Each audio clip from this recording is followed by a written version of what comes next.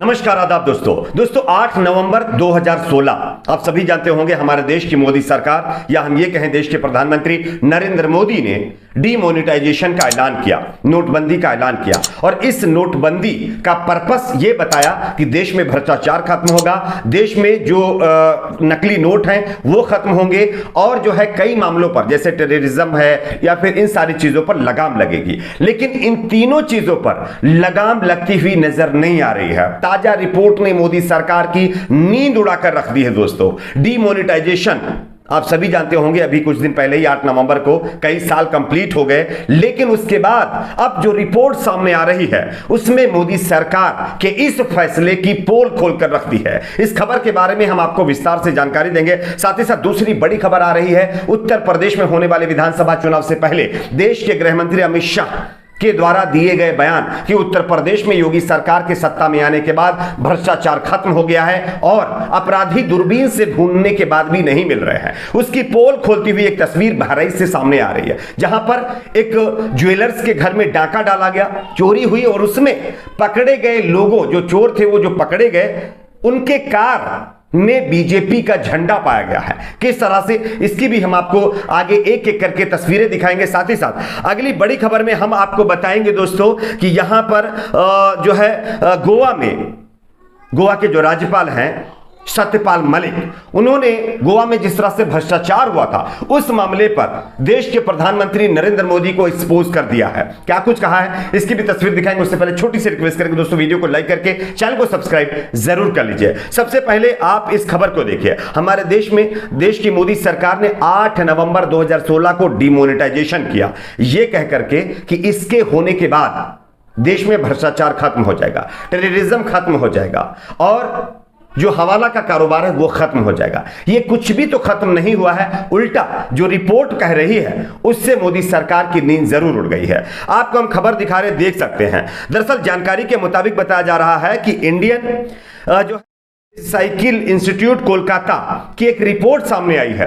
इस रिपोर्ट में यह दावा किया गया है कि 2017 के बाद से सुरक्षा और खुफिया एजेंसी द्वारा जब्त की गई नकली भारतीय करेंसी में हर साल बढ़ोतरी हुई है।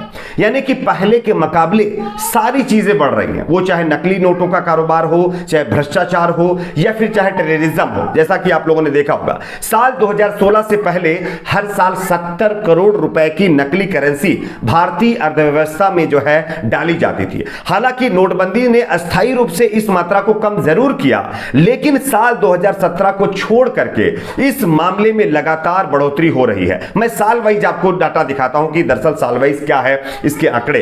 राष्ट्रीय अपराध रिकॉर्ड ब्यूरो के मुताबिक साल 2016 में 15.92 करोड़ रुपए यानी कि जब्त किए गए। उसके बाद साल 2017 में यह आंकड़ा बढ़कर के 28 करोड़ 10 लाख हो गया। उसके बाद 2018 में यह आंकड़ा 17 करोड़ 95 लाख हो गया। उसके बाद 2019 में 25 करोड़ 39 लाख रुपए हो गए। उसके बाद 2022 में आसमान छू गई है, यानी नंबर है इसमें जो है 2020 में 92 करोड़ 17 लाख रुपए की नकली करेंसी जब्त हुई है। अब आप बताइए 2016 के बाद 17, 18, 19, 20 4 सालों में यह आंकड़ा 2016 में जैसा कि मैंने आपको बताया 15 करोड़ 92 लाख रुपए था कि जो करेंसी थी यानी नकली करेंसी वो जब्त होती थी। लेकिन 2020 आते आते ये वार्षिक तौर पर जो आंकड़ा आता है हर साल का, उसमें 2020 का आंकड़ा है 92 करोड़ 17 लाख रुपए जब्त हुए हैं।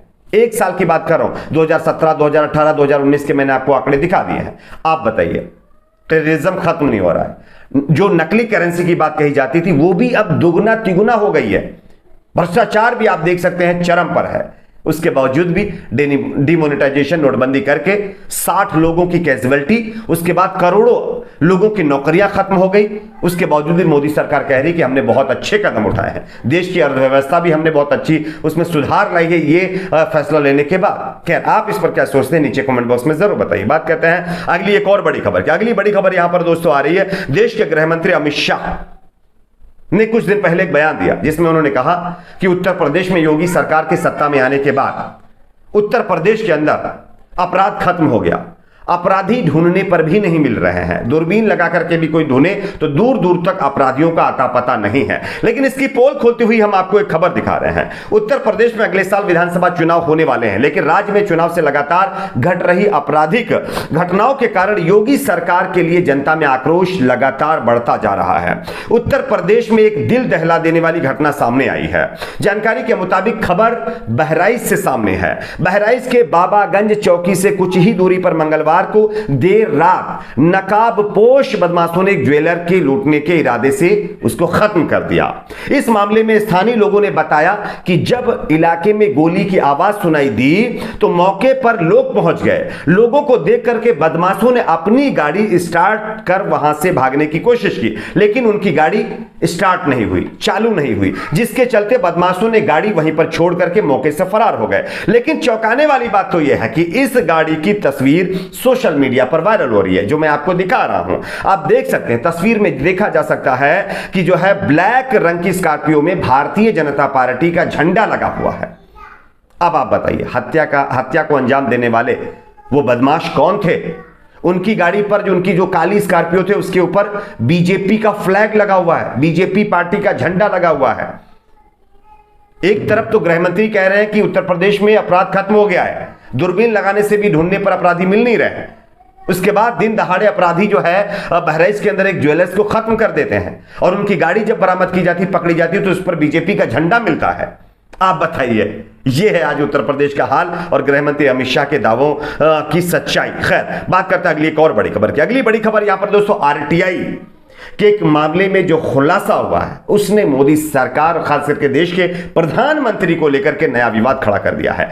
आपको हम खबर दिखा रहे हैं, आप देख सकते हैं। आप सभी जानते होंगे गोवा में कुछ दिन पहले एक भ्रष्टाचार का मामला सामने आया। गोवा के में जो है सत्यपाल मलिक, जो कि मेघालय के राज्यपाल हैं, उन्होंने यह दावा किया था कि गोवा सरकार बड़े भ्रष्टाचार में लिप्त है। लेकिन अब आरटीआई की गई थी इस मामले पर और इसमें जो खुलासा हुआ उसमें इससे ज्यादा चौंकाने वाले जो है मामले सामने आए हैं। मेघालय के राज्यपाल सत्यपाल मलिक ने कुछ दिन पहले इंडिया टुडे को इंटरव्यू में दिए गोवा की बीजेपी सरकार पर भ्रष्टाचार का आरोप लगाया था। ठीक है, उन्होंने यह भी कहा था कि गोवा की बीजेपी सरकार में हो रहे कथित भ्रष्टाचार की जानकारी देश के प्रधानमंत्री नरेंद्र मोदी को भी दी गई थी और उसके बावजूद भी कोई कार्रवाई नहीं की गई। इस इंटरव्यू के बाद राजनीतिक भूचाल आया है और उसके बाद अब आरटीआई भी दाखिल की गई थी, जिसमें भ्रष्टाचार को लेकर के पीएम मोदी और सत्यपाल मलिक के बीच हुई बातचीत की जानकारी मांगी गई थी। हालांकि इस आरटीआई के जवाब में गोवा राजभवन की ओर से जवाब में यह कहा गया है कि दोनों के बीच हुए जो है पत्राचार गायब हैं। इंडिया टुडे के इंटरव्यू में जो